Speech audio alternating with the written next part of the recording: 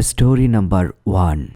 It was 2014 when I first moved to the small town of Trowbridge. I had just finished my final year of university and was eager to start my career in a quiet place where I could focus and escape the chaos of city life. The job was simple: assistant manager at a small, local bookshop, a peaceful setting in which I thought I could settle down. The house I rented was an old, 2-story cottage at the edge of town. I found it through an online ad, and the price was low enough to make it irresistible.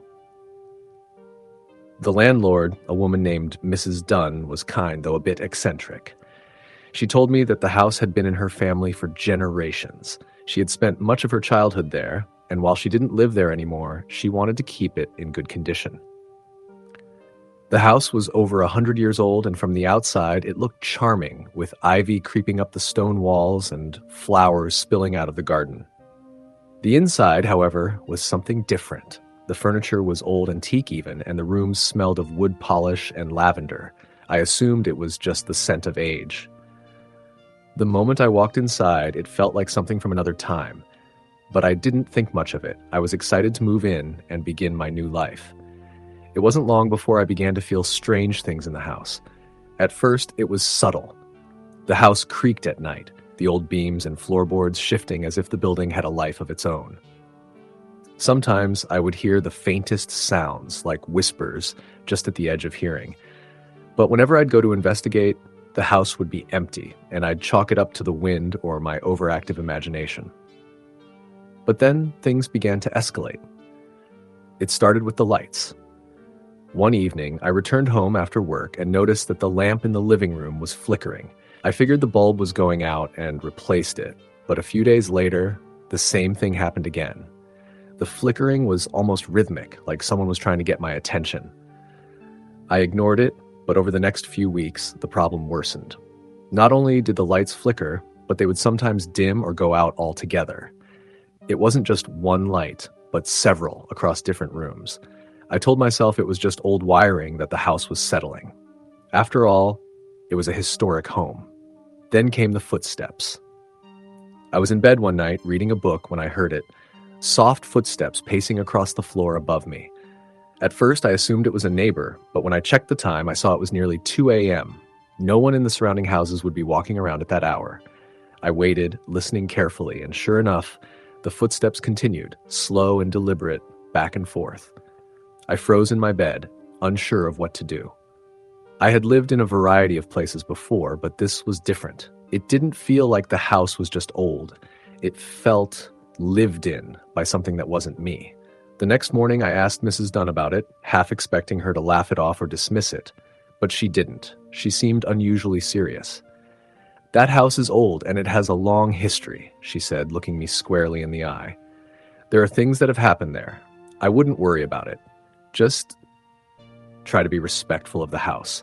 Sometimes the past doesn't let go easily." Her words stuck with me, but I didn't know what to make of them. Respectful of the house? What did that even mean? I tried to put it out of my mind, but the strange occurrences didn't stop. A few days later, I came home to find the kitchen cabinets open. I always made a habit of checking that everything was secure before I left for work, but now the doors hung wide open, as if someone had been rummaging through them. I searched the house for any signs of forced entry, but everything seemed undisturbed. I didn't believe in ghosts or the supernatural, but even I couldn't ignore the mounting evidence. Then came the mirror. I had always had a strange feeling about the full-length mirror in the upstairs hallway. It was an antique, framed in dark wood, with intricate carvings on the sides. It was the only piece of furniture in the hallway, and I had often found myself glancing at it as I passed by. One evening, I stood in front of it, fixing my hair after a long day. As I adjusted my reflection, I noticed something odd. A shadow standing just behind me, barely visible in the mirror's reflection. I turned around quickly, but there was nothing there. The hallway was empty. My heart raced, and I stared at the mirror, but the shadow was gone. The following night, I stayed up later than usual, reading in the living room. I couldn't shake the feeling that something was watching me. At one point, I heard the creaking of the floorboards upstairs, followed by the unmistakable sound of someone moving through the hallway. My skin went cold. I was alone in the house, but I couldn't ignore the fact that the sounds seemed too distinct to be anything else.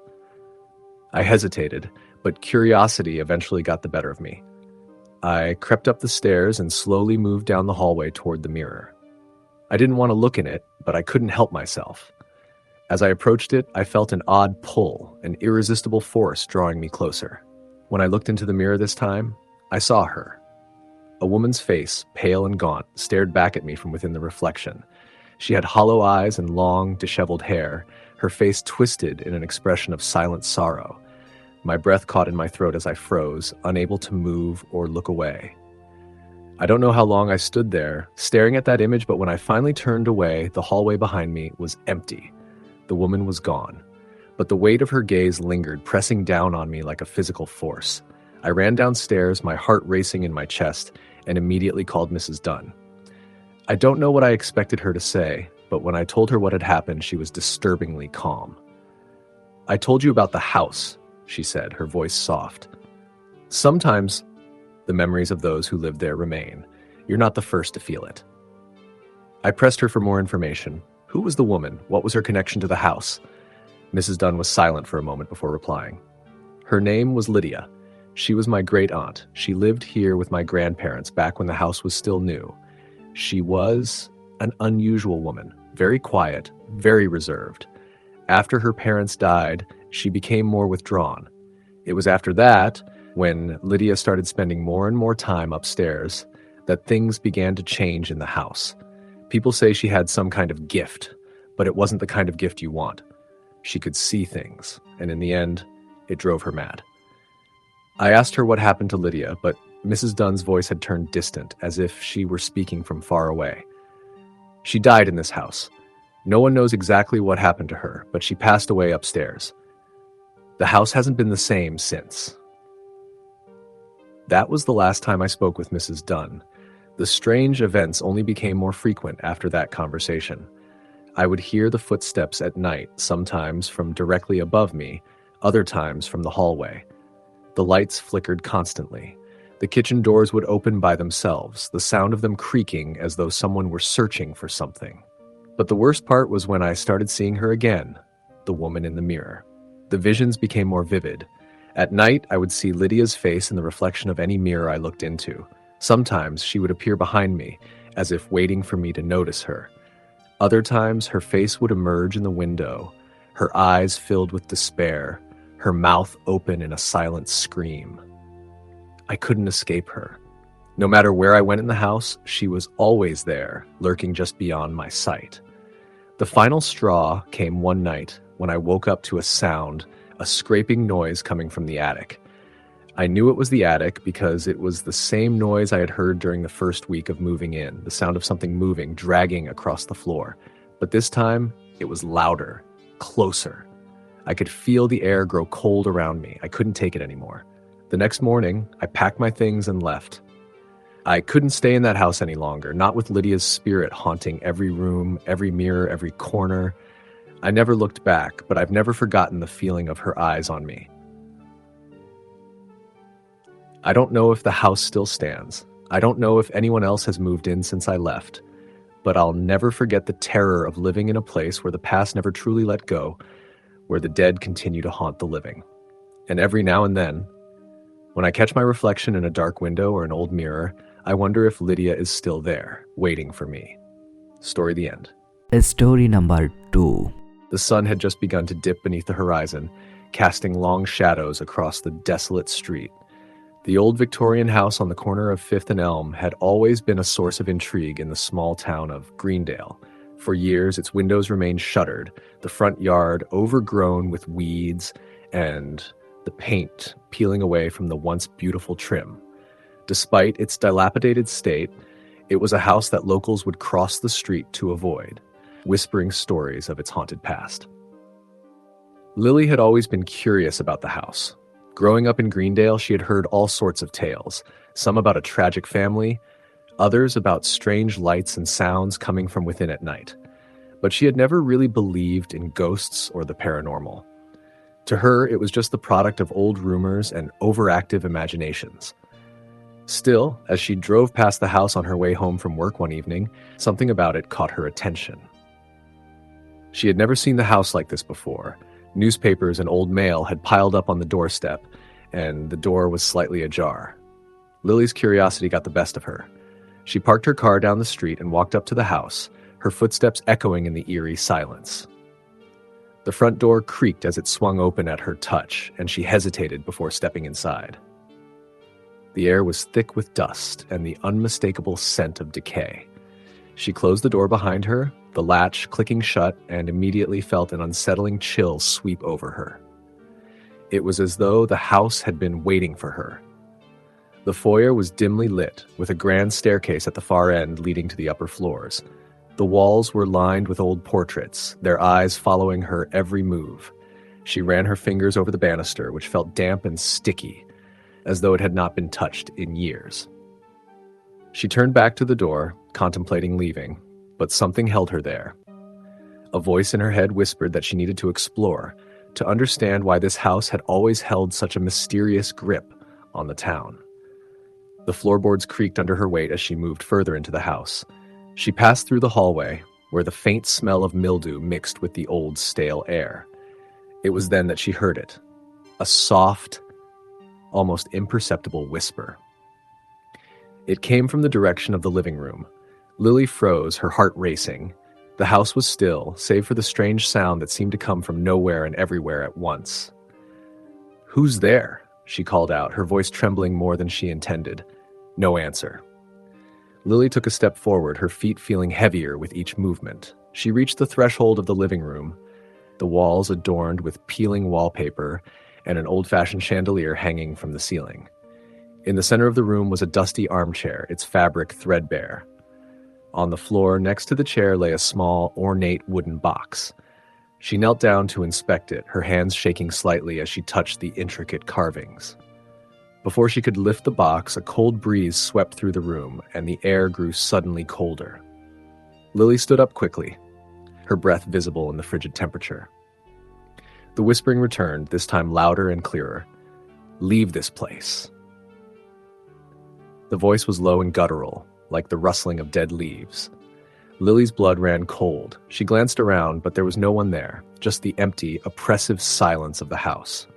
She turned to leave, but the door to the living room slammed shut with a force that rattled the windows. The sound was deafening, and Lily's heart raced in panic. She was trapped. "Help!" The voice now sounded closer, more desperate. It seemed to come from somewhere near the back of the room, and Lily's gaze followed the sound to the far corner. There, standing just beyond the reach of the dim light, was a figure. It was tall, thin, and draped in shadow. Its face was obscured, but Lily could feel its presence, like it was watching her. The air grew even colder, and she could see the figure's breath form into mist. Lily backed away, her body trembling with fear. She reached for the door, trying to pull it open, but it wouldn't budge. The figure took a step toward her, its feet making no sound as it moved. Lily's heart thudded in her chest, and her breath came in short, shallow gasps. She couldn't think clearly, only feeling the overwhelming weight of fear pushing her down. Suddenly a voice, clearer than before, pierced through the darkness. "Help me." Lily turned toward the voice, and for the first time, she saw the face of the figure. It was a woman, pale, with hollow eyes and a mouth stretched into an unnatural, twisted grin. Her skin was mottled and decayed, and her fingers were long, almost skeletal. The woman's lips moved as if she were speaking, but the voice did not come from her mouth. It came from everywhere at once. Lily screamed, but her voice was swallowed by the oppressive silence of the house. The woman took another step toward her, her grin widening. The temperature in the room plummeted, and Lily could feel the cold biting into her skin. The figure reached out, its fingers brushing against her arm, and in that instant, a wave of nausea hit her like a tidal wave. It was as if the very essence of the house had seeped into her soul, pulling her into the darkness. Desperate, Lily grabbed the nearest object, a broken candlestick, and swung it at the woman. It passed straight through her as though she were made of smoke. The figure let out a low, bone-chilling laugh, and Lily stumbled back, her head spinning. Her heart raced, and she couldn't breathe. The room seemed to close in around her. "Leave." The voice was almost a growl now, and Lily realized that the figure wasn't speaking to her. It was speaking to something else. The very walls of the house seemed to groan in response, and the floor beneath her feet trembled. She glanced around, her eyes wide with terror, and saw that the shadows in the corners of the room were moving, swirling like a storm. She couldn't escape. Every way she looked, the house seemed to bend and distort. The woman stepped forward again, and Lily felt a cold hand on her shoulder. She turned, and for a brief moment, the figure's face was replaced by a flash of memories. Of a family, a tragic loss, a fire, and a curse. It all came rushing in, memories of pain and sorrow, betrayal and death. The house was not just haunted, it was a prison. The souls trapped within it couldn't rest, couldn't move on. "Help me!" The whisper came again, but this time it was different. It was not the woman's voice. It was the voice of a child, soft and pleading. Lily's heart ached as she looked toward the source of the sound, and in the farthest corner of the room she saw a small child standing there, her face pale and sad. She held a stuffed bear in her arms, her eyes wide and innocent. Lily took a tentative step toward the child, her hand outstretched as if to offer comfort. But as she approached, the child's face contorted into something dark and sinister. Her eyes became black voids, her lips stretched into a grotesque smile, and her small body seemed to grow, towering over Lily. With a scream, Lily ran toward the door, desperate to escape.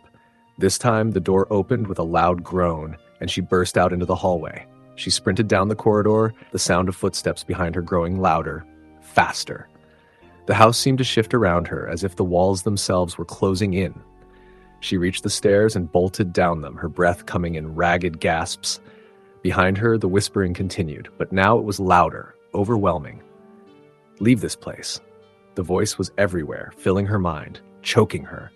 As she reached the front door, she yanked it open and ran out into the yard, the night air sharp against her skin. She didn't stop running until she reached her car, the house looming behind her, silent once more. Her body was shaking, her mind racing with what she had experienced. The house had been more than just haunted. It had been alive, feeding off the pain and suffering of those who had died within its walls.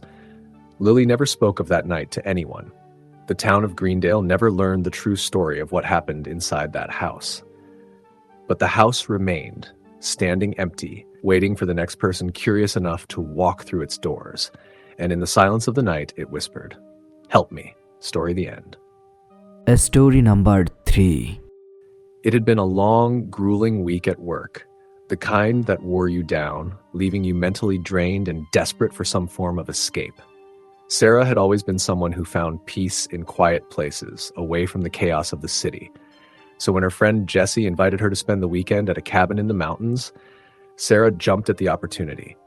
The cabin was secluded, nestled deep in the woods, far away from the hustle and bustle of urban life.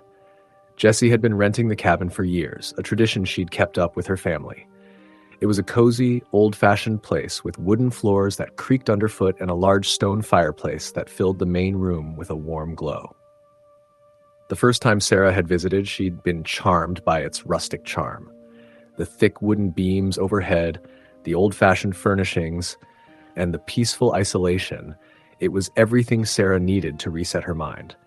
But this time, as they drove up the winding road that led to the cabin, Sarah couldn't shake a feeling that something was off. She couldn't quite place it. It wasn't the cabin itself. It was something about the forest surrounding it. The trees seemed too still, almost as if they were holding their breath. The silence was unnerving. It wasn't the normal, calming quiet of nature. This was different. It felt as though something was waiting. "Are you okay?" Jessie asked, glancing over at her friend, who was gripping the armrest of the car a little too tightly. "Yeah, just tired," Sarah replied with a forced smile. "It's beautiful here, though." Jessie nodded, not seeming to notice Sarah's unease. They drove on, the gravel crunching under the tires, the only sounds the wind rustling through the trees and the occasional chirp of a bird. When they finally arrived at the cabin, Sarah was relieved to get out of the car and stretch her legs. The air was cool and fresh, a welcome change from the staleness of the city. The cabin was just as charming as Sarah remembered. The front porch had a couple of rocking chairs, and the thick green vines of ivy clung to the walls. It looked like a place where time slowed down, where you could forget about the worries of the world. Sarah thought that was exactly what she needed. Once inside, Jessie started unpacking while Sarah went to explore the area. The back of the cabin overlooked a small, serene lake, the surface of the water perfectly still, reflecting the towering trees and the sky above. It was picturesque, but again, there was something about it that felt unnatural. The stillness was too perfect. There was no breeze, no ripples in the water. It felt as though the entire world had come to a standstill. Sarah shook off the strange feeling, blaming it on her exhaustion. She had been working nonstop lately, and the isolation of the cabin was probably just making her mind more sensitive to things she wouldn't normally notice. The night was peaceful, with only the sounds of nature to break the silence. Jessie made them a warm dinner, and they spent the evening chatting by the fire, laughing at old stories from their college days. It was nice, comfortable. And yet, as Sarah lay in bed later that night, she couldn't escape the odd sensation that something was watching her. The feeling came and went in waves, never lingering long enough for her to fully comprehend, but it left her unsettled.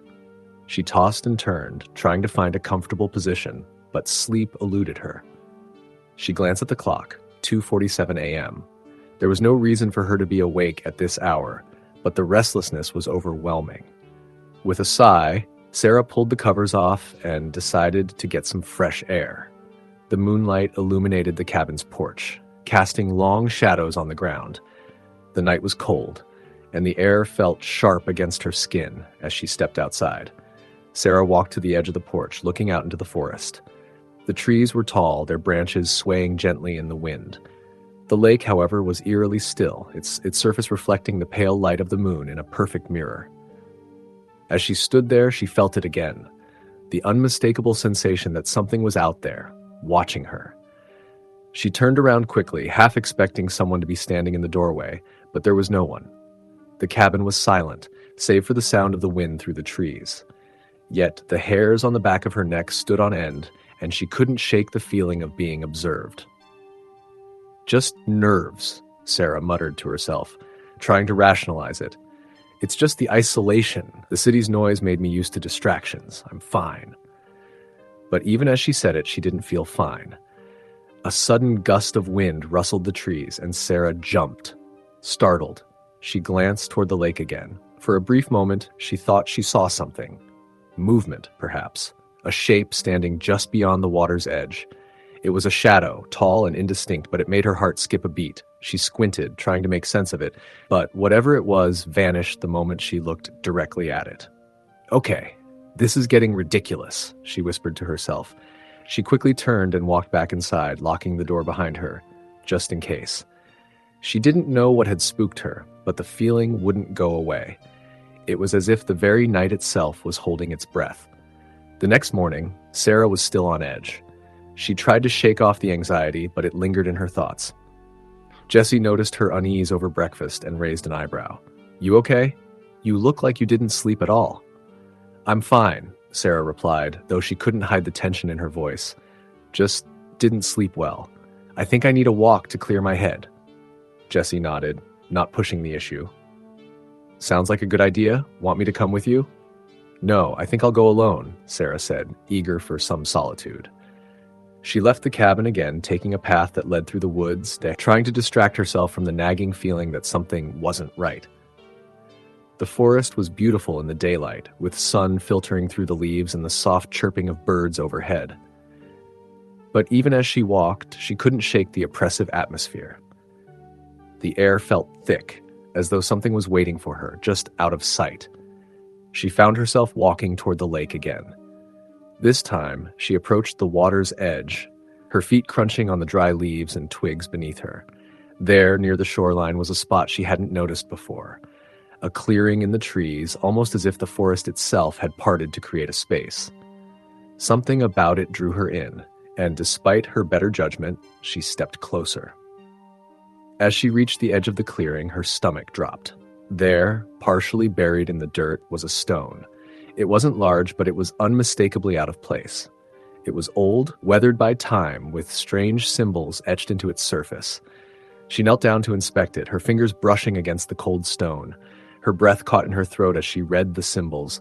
They were familiar, but she couldn't place where from.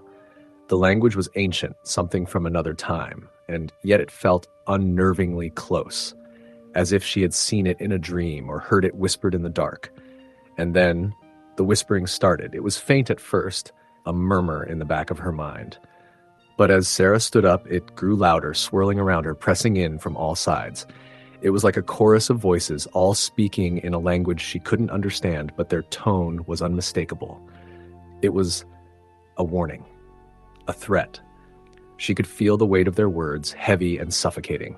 Sarah's heart raced as she turned and ran back toward the cabin, the whispers following her, echoing in her mind.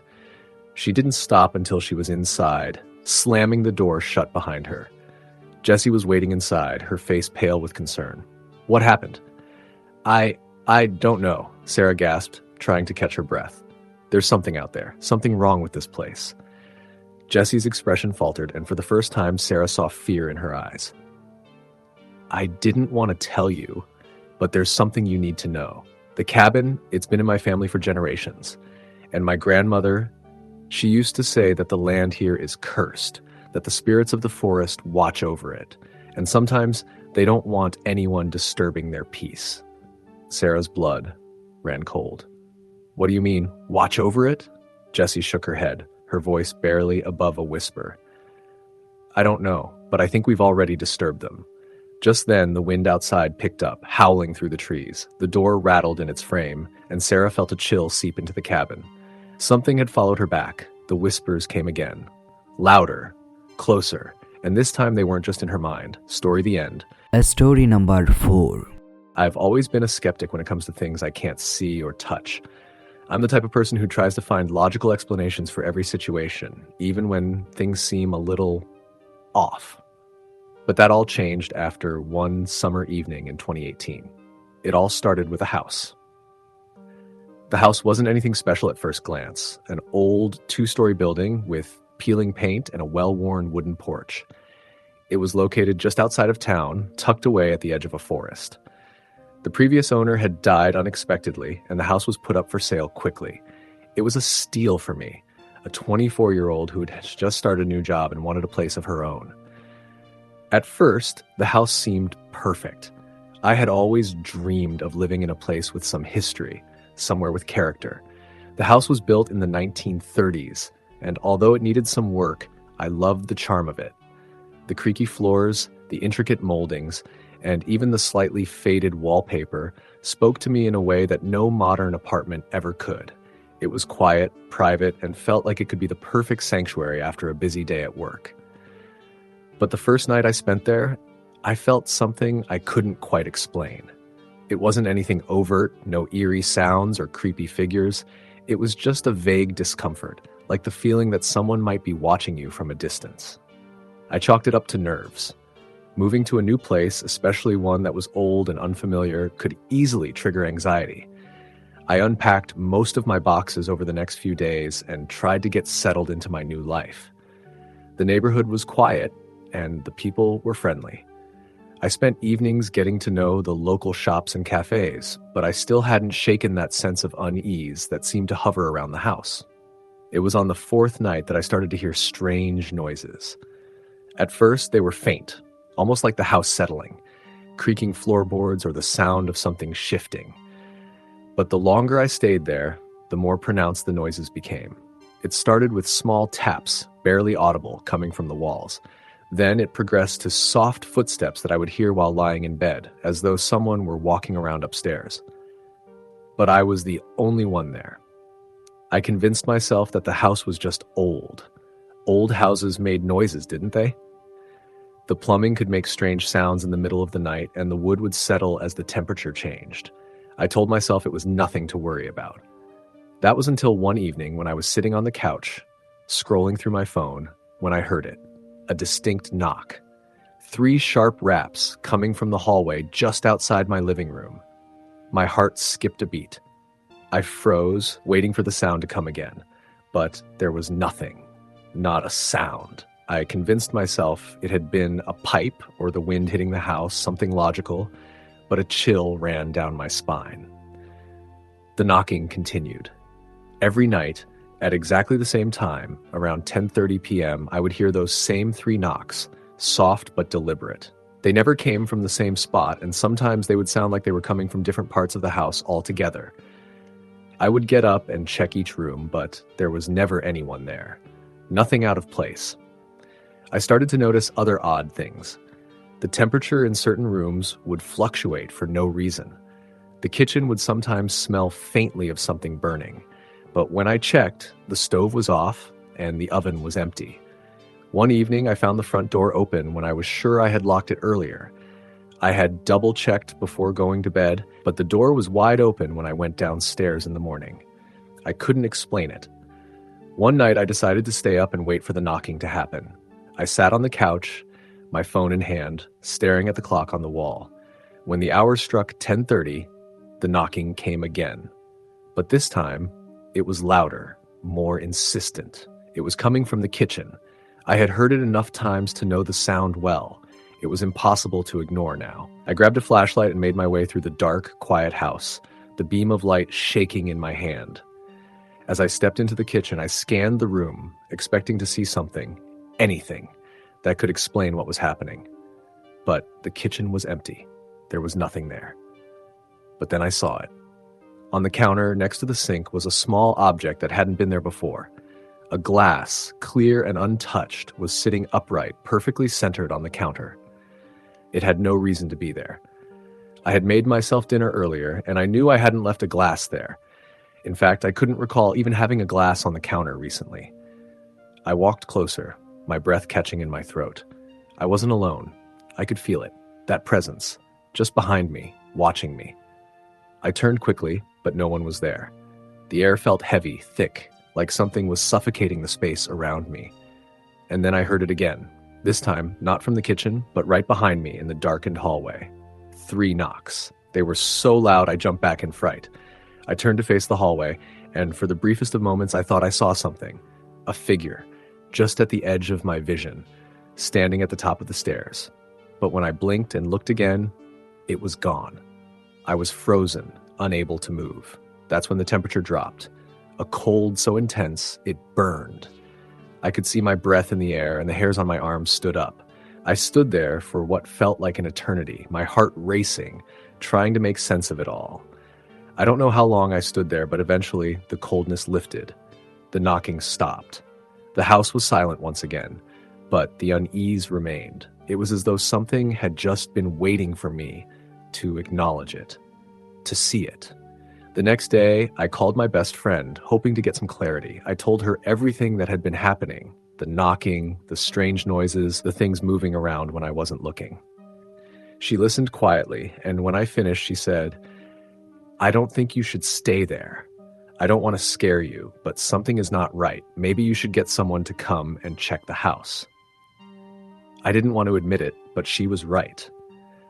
I had been ignoring the warning signs, chalking everything up to coincidence or my overactive imagination.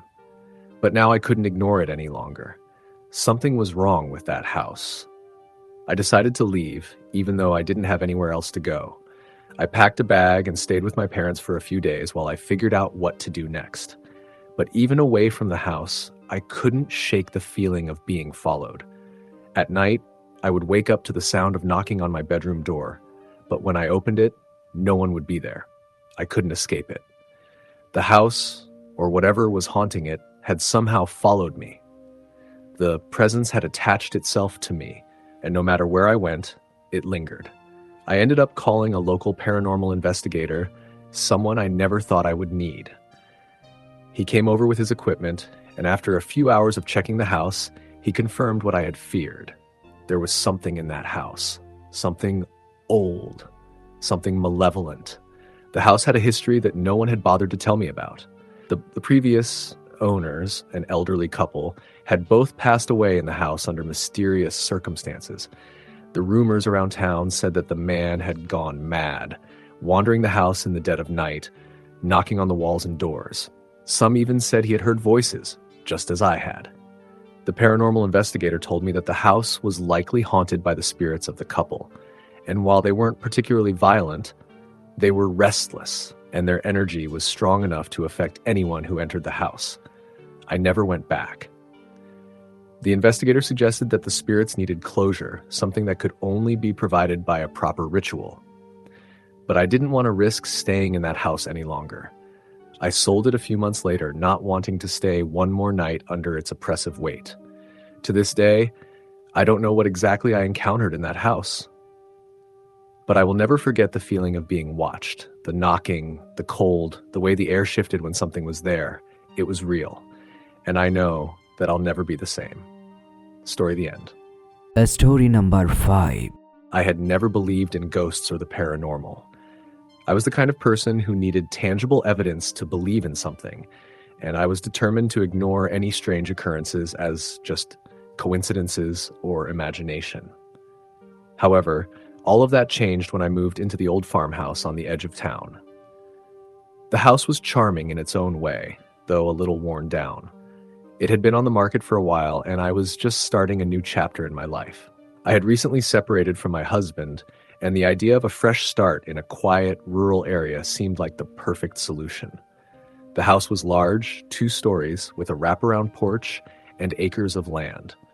The kind of place you'd find in a movie about peaceful country living. At least that's what I thought when I first saw it.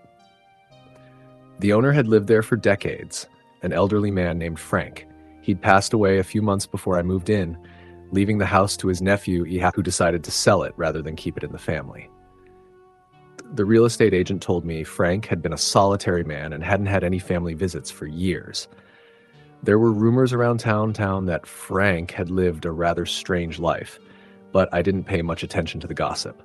I was just looking for a place to escape. On my first night in the house, I remember feeling both excited and nervous. I spent hours unpacking boxes and arranging furniture, trying to make the place feel like home. It was late by the time I finished, and I was exhausted. I took a long shower and crawled into bed, ready to finally get some sleep after the long move. But I didn't sleep well that night. As soon as I closed my eyes, I heard a soft noise, something faint, like a creaking sound. It wasn't enough to alarm me, but it was odd. I had lived in apartments and small homes before, and I knew that houses made noises, especially older ones. I brushed it off as the house settling. The next night, the creaking was louder, followed by the distinct sound of something dragging across the floor. This time, I sat up in bed, my heart racing. It wasn't just a creak. This sounded like something moving around. My first instinct was to check the house, to make sure everything was secure. I turned on the lights and carefully made my way down the hall. Nothing. There was no one there, and nothing had changed. The door to the guest bedroom, where I had left a few boxes stacked up, was still closed. I checked the windows, the locks, everything was as it should be. I went back to bed, shaking my head and dismissing it as my imagination running wild. After all, I was in a new house. It was only natural to feel uneasy. But the strange occurrences didn't stop. Every night at the same time, I would hear the creaking and dragging sounds. They became more pronounced as the days went on. It wasn't just noises anymore. It felt like there was a presence in the house. I began to feel as if someone was watching me, even when I was alone. It was as if the house had a life of its own. I started sleeping with the lights on, unable to shake the feeling of unease. I would hear the sounds more frequently, footsteps in the hallway, doors creaking open by themselves, the unmistakable sound of something heavy being dragged across the floor. It was always at night, and it always felt like it was getting closer. It wasn't just the sounds, there was a coldness in the air that seemed to hang around, especially in the hallways.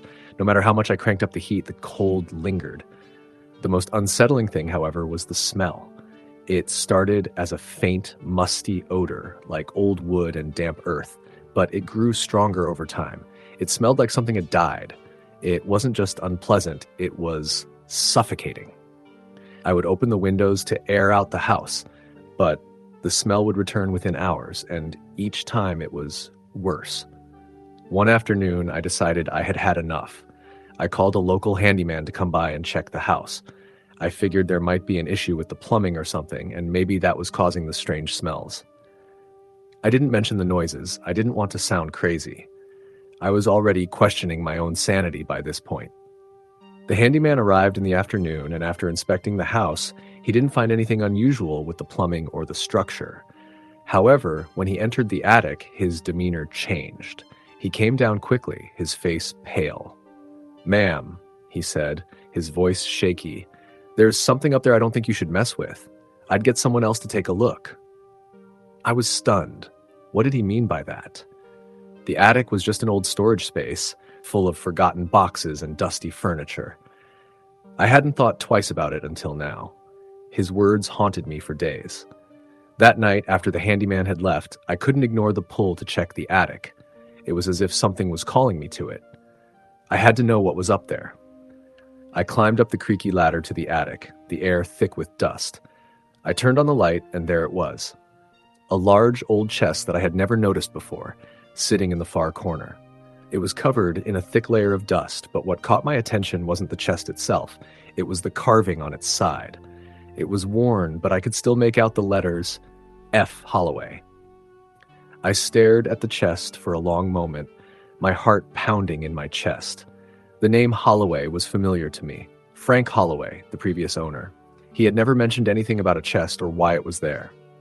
I opened the chest cautiously, and inside, I found a collection of old photographs, letters, and small trinkets.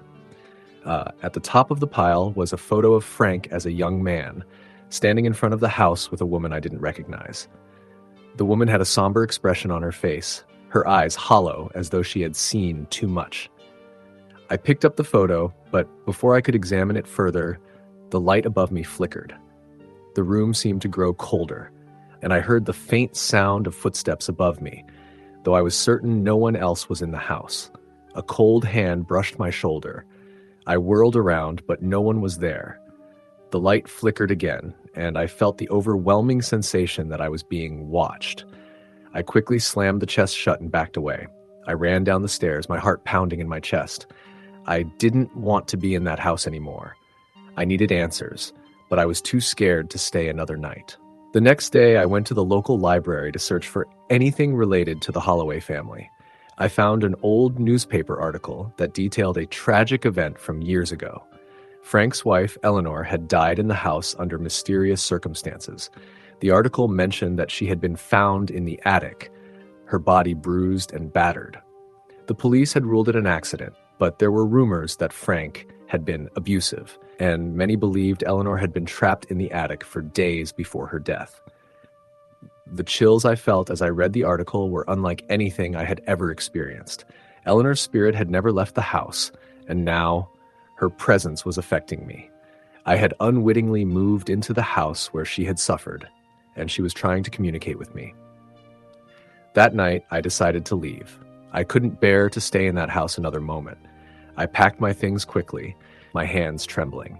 As I left, I heard the familiar creaking sounds, and the cold air seemed to follow me as I exited through the front door. I never went back to that house. I don't know what happened to it after I left, but I often wonder if anyone else has ever experienced what I did. I've heard rumors that the house still stands, abandoned and forgotten, just waiting for someone to move in and uncover its dark past. Story the end. Story number 6. It started with the whispers. At first, Jenna thought it was just her imagination, a trick of exhaustion from working long hours at the hospital. The old Victorian house she had recently moved into was over a century old, with creaking floors and drafty windows, so strange noises were expected. But this was different. The whispers seemed to come from nowhere and everywhere all at once, a breathy murmur just beyond the threshold of understanding. She lived alone, having moved to this quiet town in upstate New York to escape the chaos of city life. The house was charming, despite its eerie presence. With its high ceilings, antique fixtures, and intricate woodwork, it had a timeless beauty that captivated her the first time she stepped inside. The previous owners had left in a hurry, selling the place for far less than it's worth.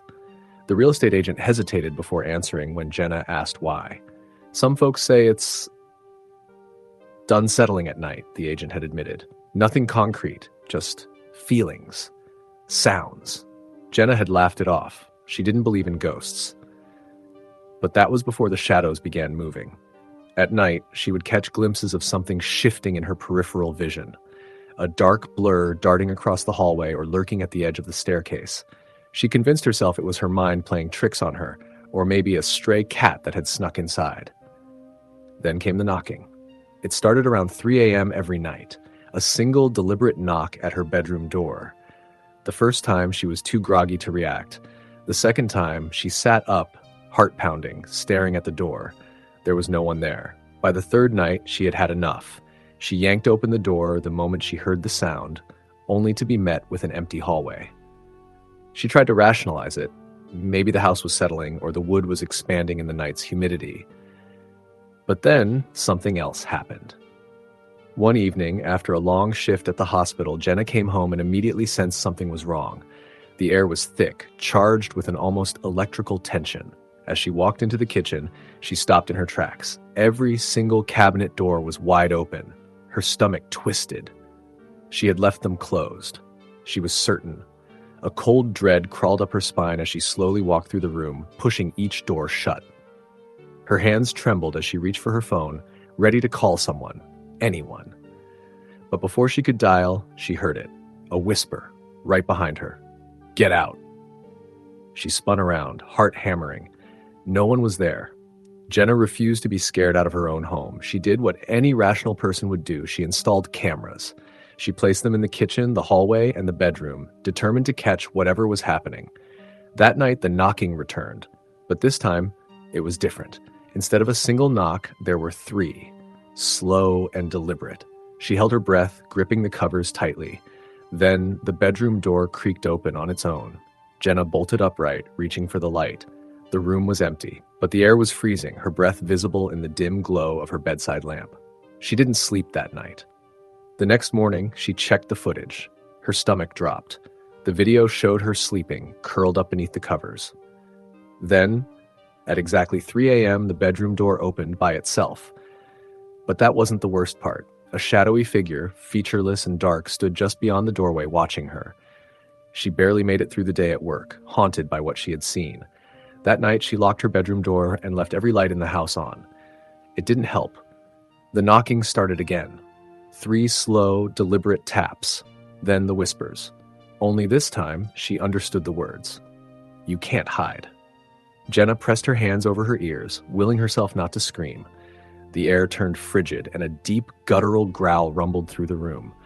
She felt something unseen, move beside her bed. She snapped. Grabbing her phone, she ran out of the house, spending the rest of the night in her car. As the sun rose, she decided she couldn't stay another night. Whatever was in that house didn't want her there. Jenna called a paranormal investigator, a man named Daniel with years of experience in hauntings. He arrived the next evening with his team, setting up equipment, infrared cameras, EVP recorders, and electromagnetic sensors. As they conducted their investigation, Jenna told them everything. The whispers, the knocking, the figure in the doorway. Then the house responded. A deep, guttural moan echoed through the halls. The lights flickered. The air turned ice cold. The EVP recorder crackled. A voice rasped through the static. "Mine." Daniel's face paled. "We need to leave. Now." Jenna's blood ran cold. "What is it?" He didn't answer. He simply gathered his equipment and led her out of the house. Once outside, he turned to her, his face grim. "This thing, it isn't just a ghost. It's something worse." She stared at him, waiting. "It's attached to the house," he explained. "Something dark, malevolent, and it doesn't want you here. It wants you gone, or worse." Jenna didn't need to hear more. She moved out the next day. The house remains vacant. No one stays longer than a few weeks before leaving, and every night at exactly 3 a.m., the knocking continues. Story the end. Story number 7. I had always been skeptical of ghost stories. I grew up in a small town in rural America where old houses with creaky floors and long, empty fields made up the landscape. My friends and I would dare each other to spend the night in the most rundown houses, convinced that we could prove to each other that the paranormal was all in our heads. But nothing ever happened. Not really. No matter how many times we heard creaks or felt the temperature drop, we always chalked it up to the house settling or a draft. That all changed when I moved into the old Miller house on Oak Street. It had always stood there, vacant for years, but when I was offered the place for a low rent, I jumped at the chance. It was a 2-story house with faded white siding and ivy creeping up the sides. The kind of house you could imagine in a horror movie. Charming, but with an underlying sense of neglect. I didn't think much of it. The house was cheap, and I was excited to have a place of my own after moving out of my parents' house. The first few weeks were peaceful enough. There were the usual noises, the house settling, the wind rattling the windows at night, but soon those little things became different. It wasn't just the house that creaked anymore. There were sounds, footsteps, soft but deliberate, that came from above me as if someone was walking in the upstairs hallway. At first, I thought it was my imagination. Maybe the house was just old. But the sounds were so consistent, every night around the same time, as if a person was pacing back and forth. I tried to ignore it, but made me uneasy. I found myself checking the door locks more often and keeping the lights on when I was home alone, which I had never done before. Then there was the cold. I had gotten used to the chill in the house, especially during the evenings when the air turned crisp. But this wasn't like normal cold. It was a biting, unnatural chill that would settle in certain parts of the house, particularly the upstairs hallway. I'd be fine downstairs in the kitchen or living room, but the second I stepped up onto the landing, a wave of freezing air would hit me. One night, it was so cold that I wrapped myself in a blanket and went upstairs to investigate. The temperature drop was immediate, almost as if the hallway had its own weather system. The lights flickered as I walked down the corridor, and I noticed something strange. The door to the master bedroom, which I had left ajar, was now closed tightly. I stood there for a moment, staring at the door, before my curiosity got the better of me. I slowly reached for the knob, my hand shaking. When I turned it, the door creaked open with ease, as if it had been waiting for me. I stepped inside. The room was dim, lit only by the moonlight filtering through the dusty blinds. Everything looked as it should, nothing out of place. But as I walked deeper into the room, I felt it. The unmistakable presence of something watching me. My skin prickled with the sensation, and I felt a weight in the air, pressing down on my chest. It was then that I noticed the mirror on the far wall. It was old, tarnished at the edges, and its glass was fogged over with age. But there was something wrong with it. The reflection in the mirror didn't match the room I was standing in. For a moment, I thought I was imagining things. But the reflection, faint at first, showed a figure standing in the corner. A woman dressed in what looked like an old-fashioned gown. She was facing away from me, but I could see the long, dark hair cascading down her back. I took a step back, my breath catching in my throat. I blinked, and the figure was gone. I quickly left the room, heart racing. I didn't know what to make of it, but I couldn't shake the feeling that something was terribly wrong with that house. The next few days were a blur of unease.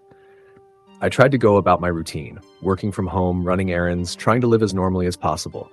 But each time I walked past the master bedroom, the door seemed to call to me.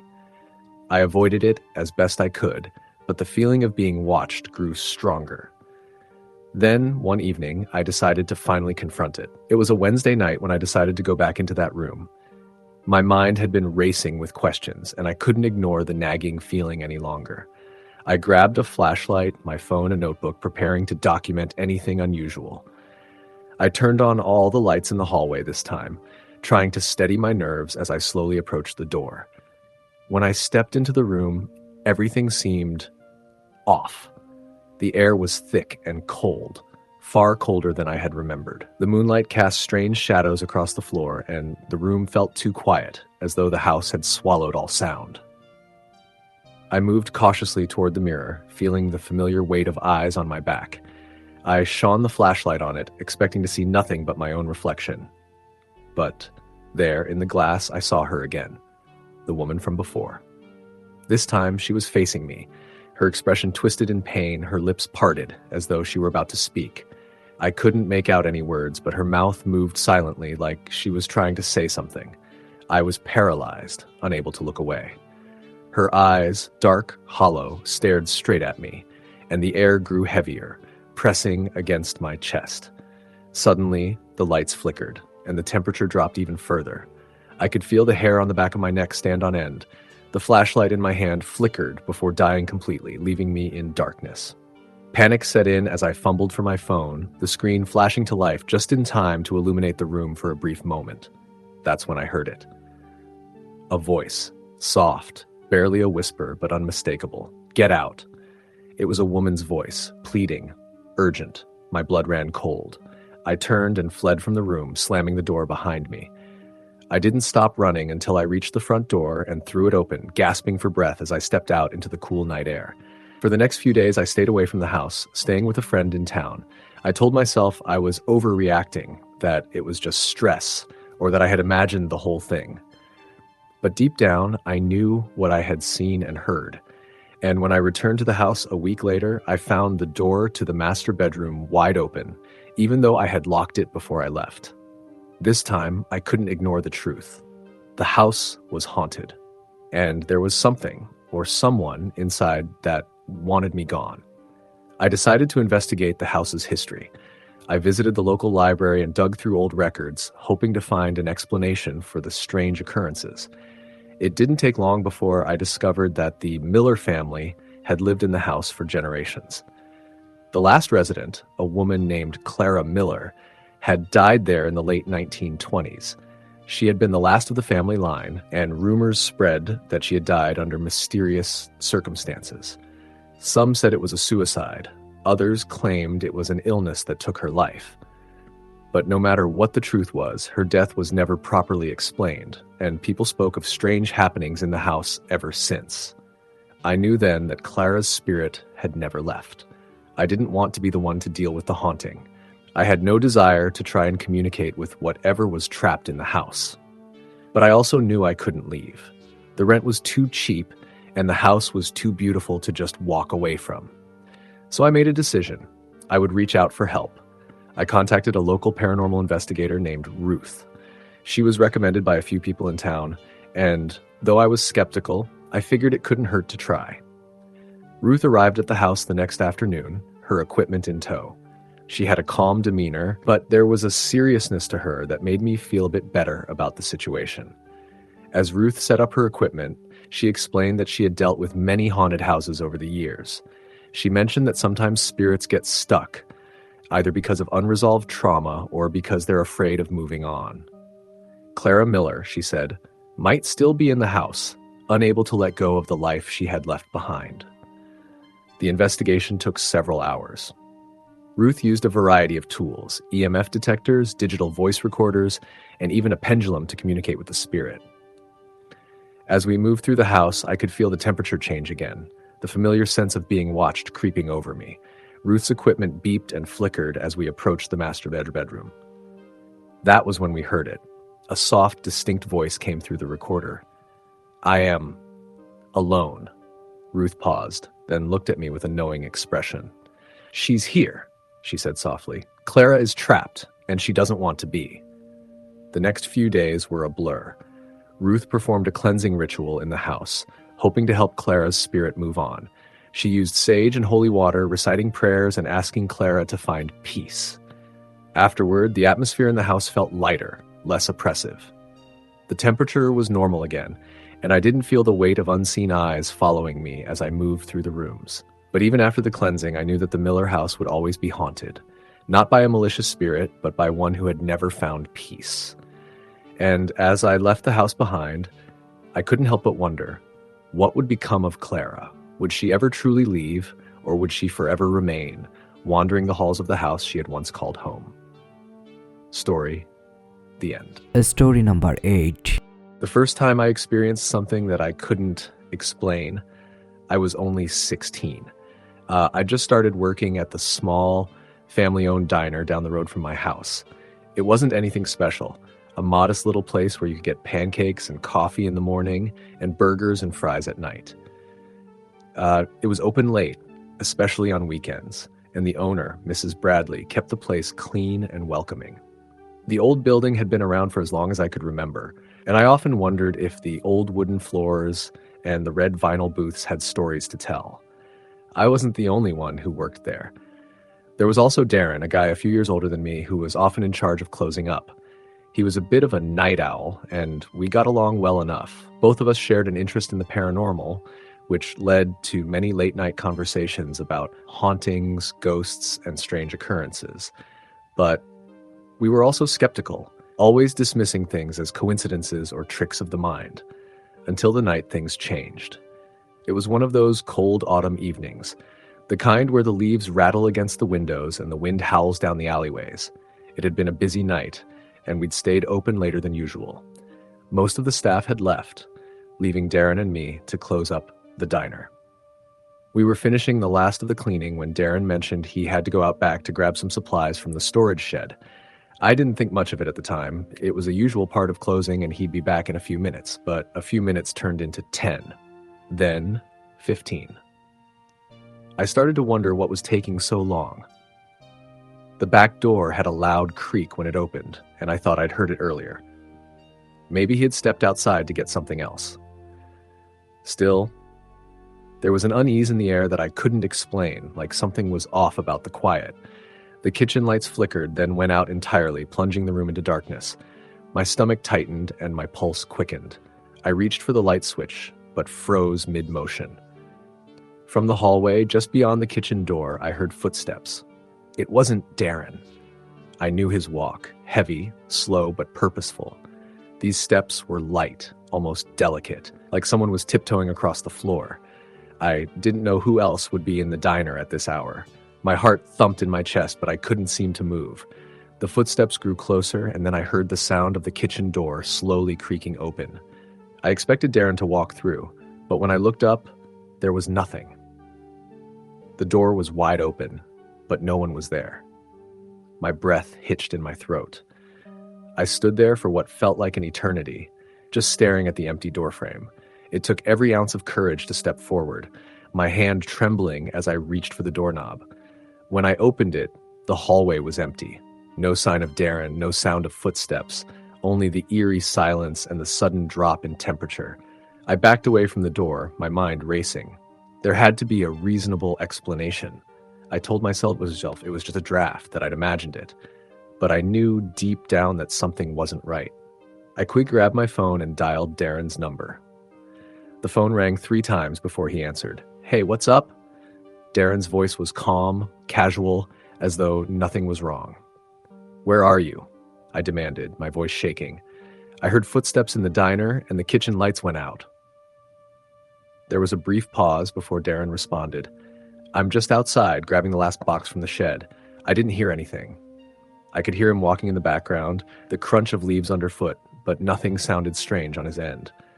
"I swear," I said, looking around nervously. "I heard footsteps, Darren. They were right here in the diner." There was another long silence. "I'll be back in a minute," Darren said, his voice now tinged with unease. "Stay where you are." I didn't want to stay, but I felt safer in the kitchen, surrounded by familiar equipment. I sat down at the counter, trying to shake the feeling that something was lurking just beyond my reach. The minutes dragged on, but when Darren finally returned, there was no sign of what had happened. He walked in, looking around with a confused expression. "You're freaking out over nothing," he said. "There's nobody here." But I couldn't shake the feeling that someone had been watching me. It wasn't the first time I'd felt that sense of being observed, that prickling sensation on the back of my neck, but it was the first time I couldn't explain it away, and I didn't feel like talking about it. We finished locking up, the two of us in silence, the atmosphere between us suddenly heavier. When I got home that night, I couldn't sleep. I kept seeing flashes of the empty hallway, hearing those light footsteps echoing in my mind. And then I remembered something. The diner had been there for decades. A place that old had to have a history. But what history? What had happened in that building all those years before we started working there? The next day, I called Mrs. Bradley, the owner, and asked if she knew anything about the building's history. She didn't give me much, just that the diner had been around since the 1950s and had changed owners a few times. She also mentioned that the previous owners had left suddenly, moving out one night without any explanation. It wasn't much to go on, but I couldn't help but feel there was more to the story than that. Over the next few days, I started looking into the history of the building. The town library didn't have many records about the diner specifically, but I managed to dig up a few bits of information about the block it sat on. It had once been the site of an old tavern, a place where locals would gather after a long day of work. But the tavern had been shut down in the 1920s, after a fire destroyed most of the building. The fire had killed several people, though the exact number was never confirmed. A few people claimed the fire was started on purpose, some even saying that a man had died in the fire under strange circumstances. The building was eventually rebuilt, and the diner was established in its place, but rumors lingered about the tragedy that had occurred there. The more I learned, the more I couldn't shake the feeling that something from that past was still present in the diner. The strange occurrences continued too. Every time Darren and I closed up, the lights would flicker, or we'd hear whispers when there was no one else in the building. I started to notice more. Shadows darting across the walls, things shifting out of the corner of my eye, a sense of unease that grew stronger with each passing day. And then came the night that changed everything. It was a Tuesday, and we were closing up again. Darren was in the back, putting away some boxes, while I wiped down the counter. The diner was quiet, too quiet. I didn't hear the usual sounds of the refrigerator humming or the occasional car passing by outside. I was just about to turn off the lights when I heard it. Footsteps again, but this time they were different. They weren't the light, delicate footsteps I'd heard before. These were heavy, deliberate, the kind of footsteps you'd expect from someone wearing boots. I froze, my heart hammering in my chest. I didn't move. I couldn't. The footsteps grew louder, and I could swear I felt the floor shake with each step. They stopped right behind me, and for a moment, everything was completely still. I turned around slowly. There was nothing there. The diner was empty, just as it should have been. But I could feel the presence behind me, just out of sight. It was as if something or someone was watching me, standing right in the shadows. That night, when Darren and I finally locked up and walked out into the cold night air, I knew I couldn't ignore it anymore. The diner wasn't just old, it was haunted. The next morning, I called Darren and told him I couldn't go back. He didn't press me, though I knew he didn't understand. But I couldn't shake the feeling that the spirits of the past were still there, lingering in the shadows, waiting for something. I never went back to that diner after that night. The strange occurrences stopped, and the diner remained open, but I couldn't shake the feeling that something had followed me, something that wasn't ready to let go. Story the end. Story number 9. I was never one to believe in ghosts. My grandmother used to tell me stories about spirits wandering the earth, unfinished business, and souls trapped between worlds. But I always chalked it up to folklore. That changed in the fall of 2017 when I moved into an old house in rural Pennsylvania. I had just gotten a new job at a small-town newspaper and needed a place to stay. The house was perfect, cheap rent, quiet neighborhood, and plenty of space for one person. The landlord, Mr. Connors, was an older man with a kind face, but there was something in his eyes, something hesitant. When he handed me the keys, he lingered for a moment before speaking. "You'll hear things at night," he said, his voice low. "Don't pay them any mind." I laughed nervously. "What kind of things?" He hesitated. "Just the house settling. Nothing to worry about." I brushed it off and moved in that weekend. The house was old, built in the early 1900s, that with creaky wooden floors and high ceilings. It had a charm to it, antique fixtures, a clawfoot bathtub, and large windows that let in the autumn light. But there was something else too, a weight in the air, a feeling of being watched. The first night was uneventful. I unpacked, had a glass of wine, and watched TV until I fell asleep on the couch. But sometime in the early hours, I woke up to a noise. It was faint, distant, like someone whispering from across the room. My heart pounded as I sat up, listening. The house was silent. I told myself it was just my imagination and went back to sleep. The next night, the noises got worse. It started with footsteps. Soft, deliberate steps coming from the hallway outside my bedroom. My stomach twisted as I sat up in bed, gripping the blankets. The sound stopped. I held my breath, waiting. A few seconds passed, then tap, tap, tap. Knocking. 3 distinct knocks on my bedroom door. I froze. There was no one else in the house. Slowly, I reached for my phone and turned on the flashlight. I didn't want to open the door, but I had to. I had to know. With a deep breath, I turned the knob and swung it open. The hallway was empty. A cold draft rushed past me, sending chills down my spine. I checked the front and back doors, both locked. I checked the windows, closed. There was no way someone had gotten in. I convinced myself it was the wind, the house settling, something logical. The next few days were quiet. I tried to ignore the strange feeling in the air, but it was always there. A presence, a weight. Then, one evening, I was in the kitchen washing dishes when I heard it again, whispering. But this time, it was closer, right behind me. I spun around, heart hammering. Nothing. I tried to shake it off, but then something caught my eye. The reflection in the window above the sink. A shadow, tall, thin, standing just behind me. I gasped and turned. The kitchen was empty. I barely slept that night. Every creak, every gust of wind sent my nerves into overdrive. I kept the light on, gripping my phone like a lifeline. Then, around 3 a.m., I woke to something worse. Breathing. Heavy, ragged breathing coming from the foot of my bed. I couldn't move. My body was locked in place, my limbs frozen. I wanted to scream, but my voice wouldn't work. I could feel it, whatever it was, standing there watching me. Then, the mattress shifted, like someone had climbed onto it. Terror surged through me as I fought against my own body, trying to move. The breathing got closer, just inches from my face. Then, in a voice barely above a whisper, it spoke. "Get out." The moment the paralysis lifted, I bolted from the bed, ran out of the house, and sat in my car until sunrise. I called Mr. Connors that morning. "There's something in this house," I told him. He was silent for a long time. Then he sighed. "I know." I demanded answers. He was reluctant at first, but finally relented. "The last tenant," he said, voice heavy with regret. "She was a young woman, lived there alone. One night she called me, said she was hearing things. I told her the same thing I told you. It's just the house settling.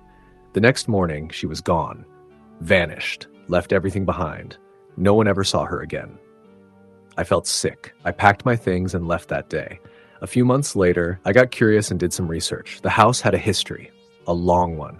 A man had lived there in the 1940s, Howard Grayson. He was a recluse, rarely seen outside. Then, one day, a neighbor reported a terrible smell coming from the house. When the police arrived, they found something horrifying. Bodies. At least 6 of them, hidden in the basement, in the walls. Victims he had kidnapped over the years. He had died before they caught him, hanged himself in the attic. The house had been sold and resold over the decades. Tenants never stayed long. I still have nightmares about that place. Sometimes I hear the whispering again in my dreams. And sometimes I wake up in the middle of the night, feeling a presence standing over my bed. Watching. Waiting. Story the end. Story number 10. The house on Willow Lane had been abandoned for nearly 2 decades. It loomed at the end of the street, a sagging Victorian structure with peeling paint, broken windows, and a front porch warped by years of neglect. It was the kind of house that made people cross the street at night, whispering about the tragedies that had occurred within its walls. Growing up, I heard all the stories. How a family had vanished without a trace, how neighbors had seen shadowy figures moving behind the cracked windows. But it wasn't until I was an adult that I learned the full, horrifying truth. I was a real estate agent, and my firm had been hired to sell the house. It was my job to make it appealing to potential buyers. The owner, a distant relative of the previous occupants, wanted nothing to do with it and was willing to sell at a ridiculously low price. Given the house's reputation, I knew it would be a challenge, but I never imagined it would become the worst experience of my life. I arrived on a chilly October morning, my breath misting in the air as I stepped onto the creaking porch. The key turned with some resistance, and the door groaned as it swung open. Inside, dust coated every surface, and the air was thick with the scent of mildew and something else. Something rotten. I had brought a contractor, James, with me to assess the state of the house. He was a no-nonsense man in his 50s, not the type to be rattled by superstition. As we walked through the house, his face remained impassive, but I could feel an unease settling over me. The deeper we went, the worse it became. In the living room, an old rocking chair sat in the corner, covered in a thick layer of dust. It should have been motionless, yet I swore I saw it shift slightly as we entered. I shook it off as my imagination, but then James let out a low whistle. "Feel that?" he asked. I frowned. "Feel what?" He rubbed his arms. "Cold spot, right here." I stepped forward, and sure enough, the air in that one area was significantly colder than the rest of the room. It wasn't just a draft, it was bone-chilling, unnatural. I swallowed hard and continued the tour, refusing to let fear get the best of me. The upstairs was in even worse condition. The floorboards groaned under our weight, and cobwebs stretched across the hall like abandoned traps. We reached the master bedroom, and the moment I stepped inside, I felt an overwhelming sense of dread. My chest tightened, and my vision blurred for just a second. The room was empty, except for an old, dusty mattress on the floor. But on the wall above it, something caught my eye. Faint, almost invisible in the dim light, were deep scratches running across the plaster, as though someone or something had clawed at it desperately. James was staring at them too. What the hell happened here? Before I could answer, a loud thud echoed from the hallway. We spun around, hearts pounding. The house was empty. There was no one else inside. I grabbed a flashlight and stepped cautiously into the hall, my pulse hammering in my ears. Another sound, this time the unmistakable creak of footsteps. "James, tell me you hear that," I whispered. He nodded, gripping the rusted railing of the stairwell. The footsteps continued, slow and deliberate, moving toward us from the dark end of the hall. "Who's there?" I called, my voice unsteady. No answer. But the footsteps didn't stop. James grabbed my arm. "We need to go. Now." We bolted down the stairs, nearly tripping in our haste. The moment we reached the bottom, the door slammed shut behind us with a deafening bang. We ran to the car without looking back.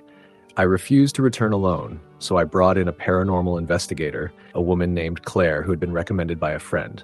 She arrived the next evening with an arsenal of equipment: EMF detectors, thermal cameras, and digital recorders. The moment she stepped inside, she visibly stiffened. "There's something here," she murmured, scanning the room with her equipment. As she moved through the house, her recorder picked up faint whispers, too soft to decipher. The EMF meter spiked erratically in the living room, right where the rocking chair sat. When we reached the master bedroom, Claire froze. "Something terrible happened here," she whispered. "I can feel it."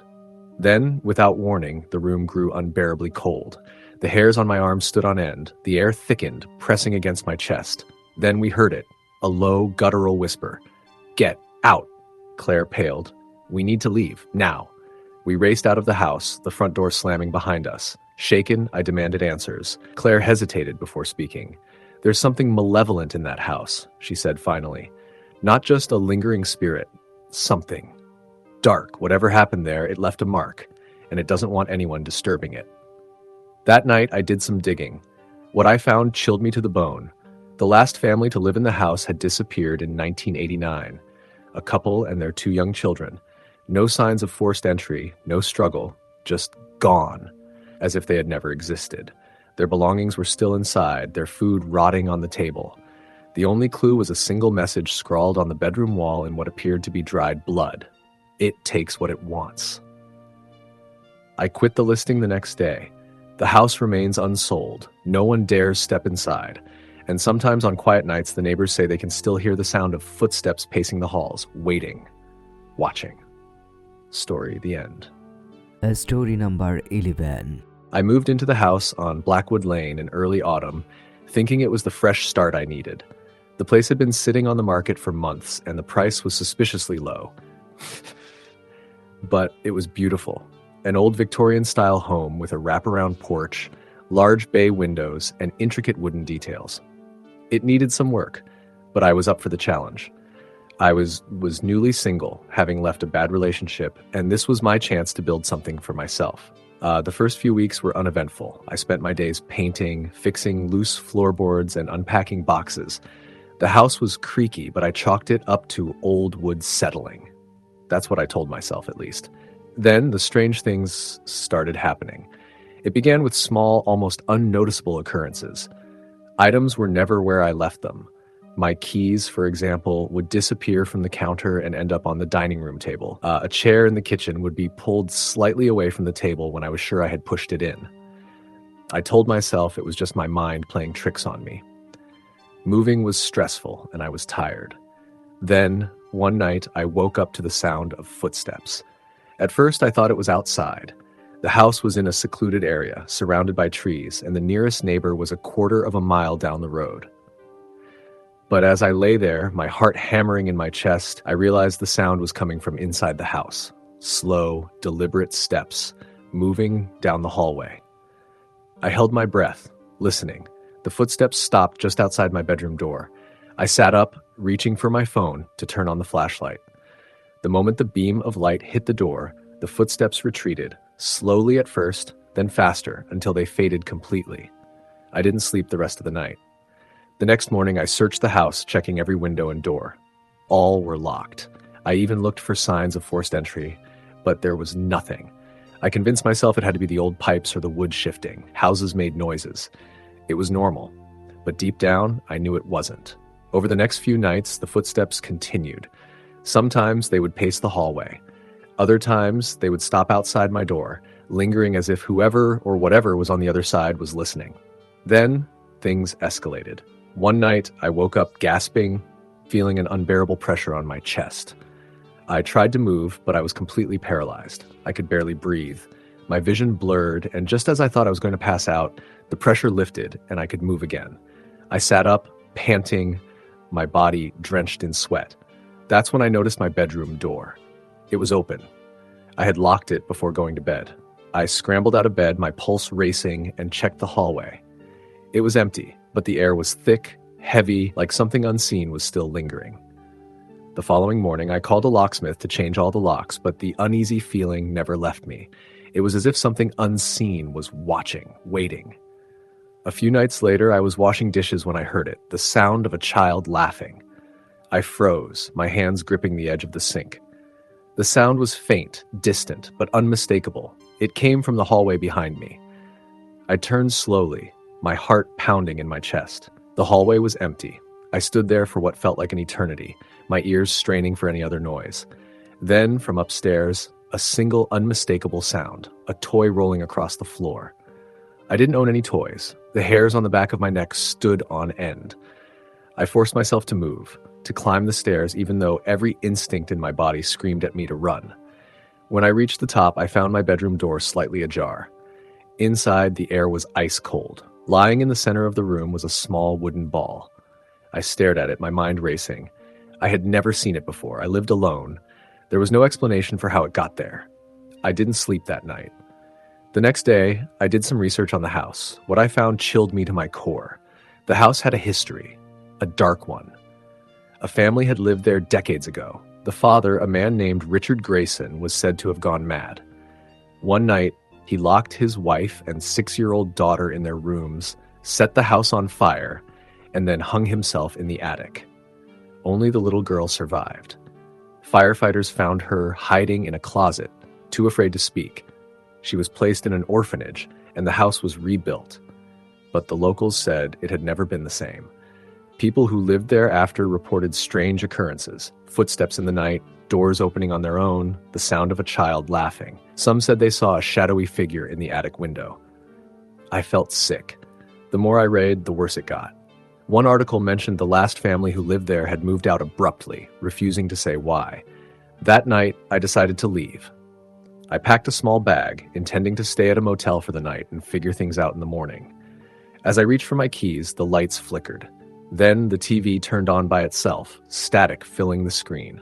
A whisper slithered through the air. "Stay." I backed away, my breath coming in short gasps. The room grew cold, and I could see my breath in the air. Then the whisper turned into a low growl. I bolted for the door, yanking it open, but before I could step outside, the door slammed shut on its own, knocking me back. I scrambled to my feet, reaching for the knob, but it wouldn't budge. It was like an unseen force was holding it shut. Then, from the darkness of the hallway, I heard it. A child's voice. "Don't leave me." I turned, my skin crawling. Standing in the shadows was a little girl. Her dress was tattered, her hair tangled, her eyes hollow and black. Her skin was grayish, as if drained of all life. Tears streamed down her face as she took a step forward. "Please," she whispered. "He won't let me go." The temperature dropped further, and suddenly a powerful force shoved me backward. I hit the floor hard, my head spinning. Then, from the top of the stairs, I saw him, a tall, shadowy figure, his form shifting like smoke, his eyes burning red. The little girl screamed, her voice filled with terror, and then she vanished, pulled into the darkness. I don't remember running, but somehow I got out. I never went back. The house remains empty. No one stays for long. But late at night, if you drive down Blackwood Lane, you might hear the laughter of a little girl, and if you're unlucky, you might see the shadow in the attic window. Story the end.